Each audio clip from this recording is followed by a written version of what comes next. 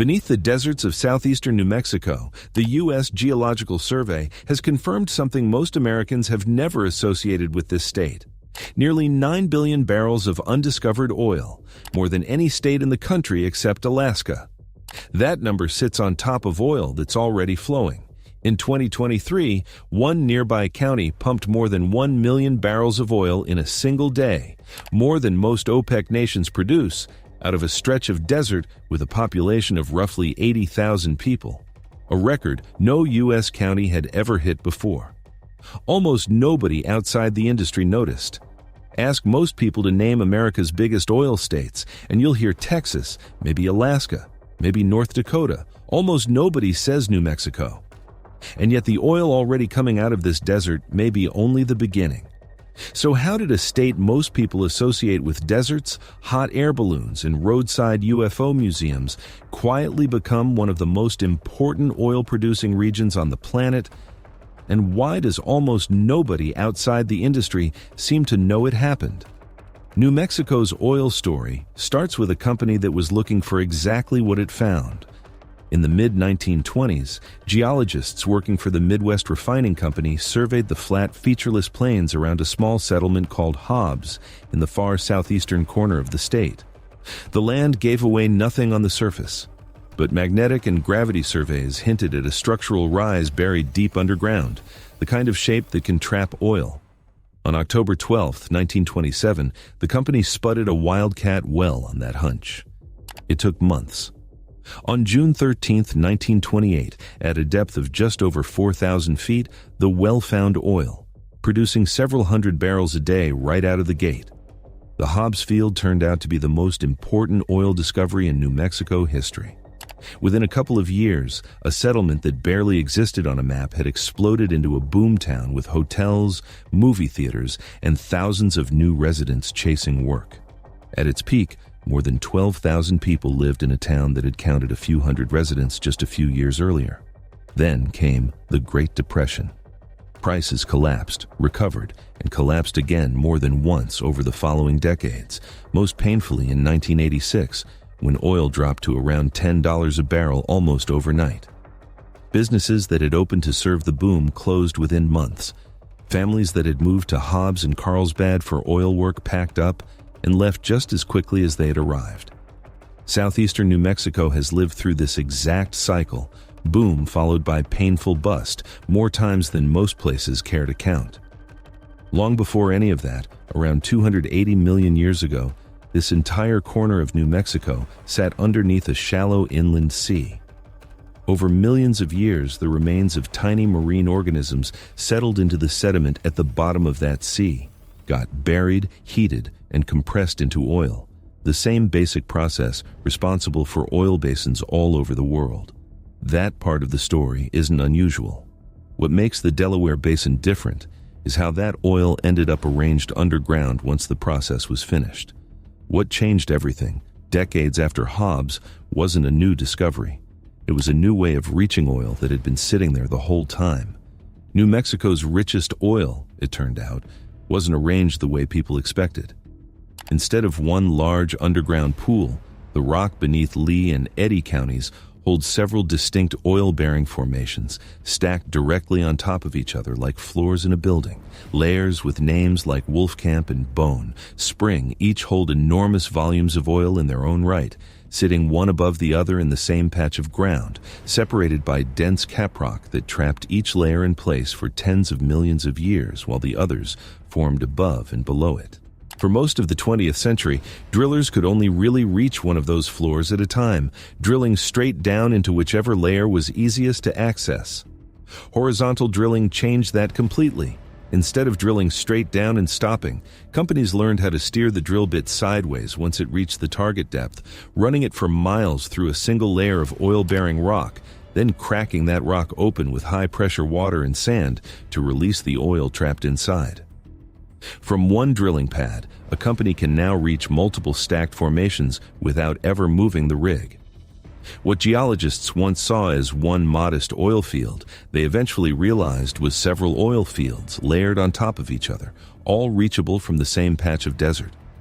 A single well pad in Lea County today might tap the Wolfcamp on one pass and the Bone Spring on the next, pulling from two entirely different geological eras without the rig ever leaving its position on the surface. The numbers since then have been hard to overstate. Between 2019 and 2024, oil production in New Mexico climbed from under 1 million barrels a day to 2 million, more than doubling in 5 years. In that same stretch, Texas, the state whose name is basically synonymous with oil in America, grew from 5.1 million barrels a day to 5.7 million. New Mexico's growth rate was more than 10 times faster. Almost all of that growth is concentrated in just two counties, Lea and Eddy, sitting above the Delaware Basin, a subregion of the larger Permian Basin that spans both New Mexico and West Texas. Oil and gas work now directly employs several thousand people in Lea County alone, roughly a fifth of the entire local workforce, in an area that not long ago was better known for cattle ranching than crude oil. Today, the Delaware Basin alone produces somewhere around 3 million barrels of oil a day. If it were treated as its own country, it would rank among the top 10 oil producers on Earth. Together, Lea and Eddy counties now account for a substantial share of everything the Permian Basin produces, and Eddy County is expected to join Lea as only the second county in American history to cross the 1 million barrel a day mark. The transformation isn't limited to oil company balance sheets. Carlsbad, the seat of Eddy County, officially counts around 32,000 residents, but local bankers and officials believe the real number living and working there now is closer to 70,000. Swelled by oil workers living in temporary housing because construction can't keep pace with demand.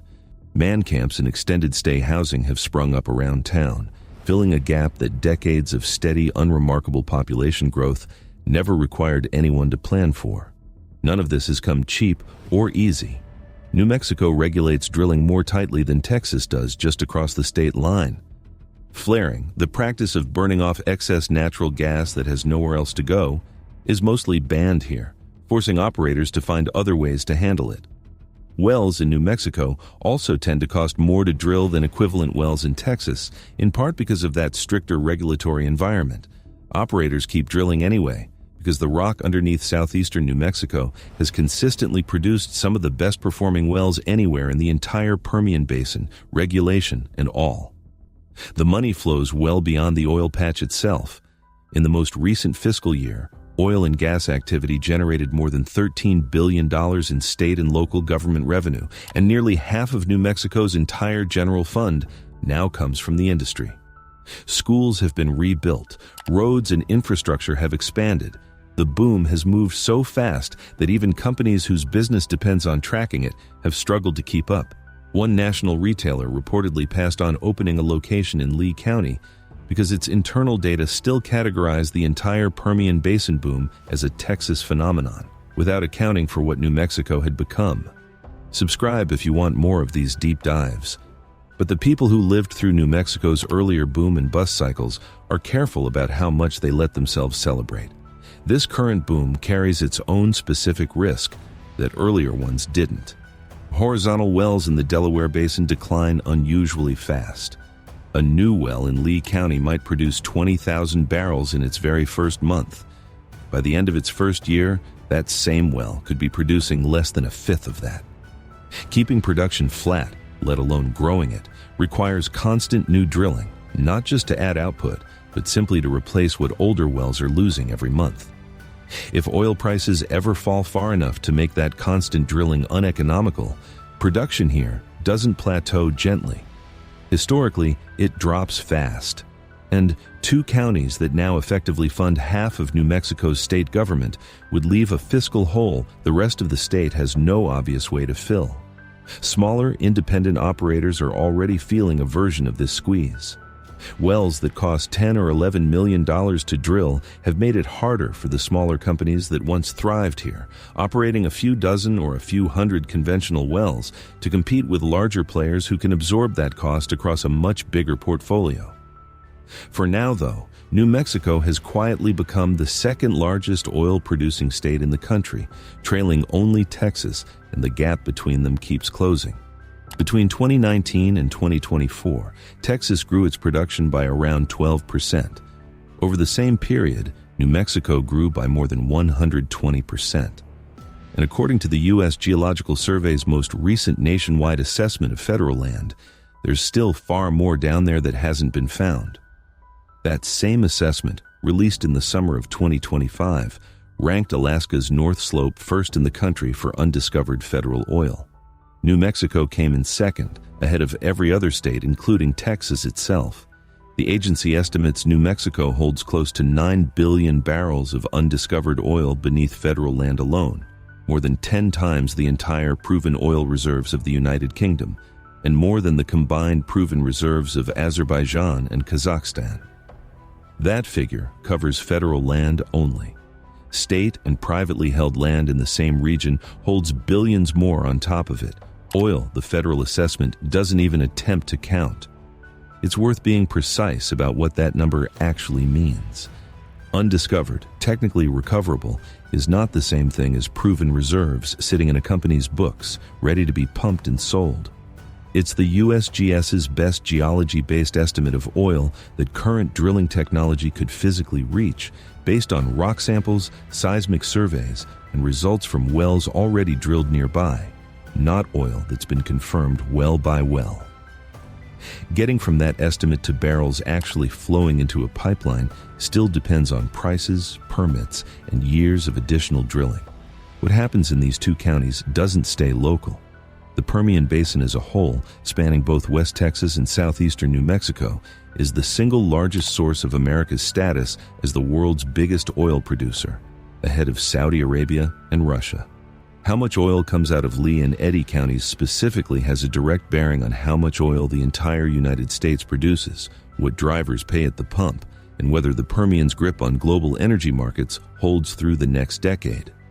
Whether New Mexico becomes what Texas has been to American oil for the better part of a century depends on questions nobody can fully answer yet. Whether prices hold high enough to keep funding the constant drilling these wells require. Whether the technology keeps improving fast enough to reach what's still buried.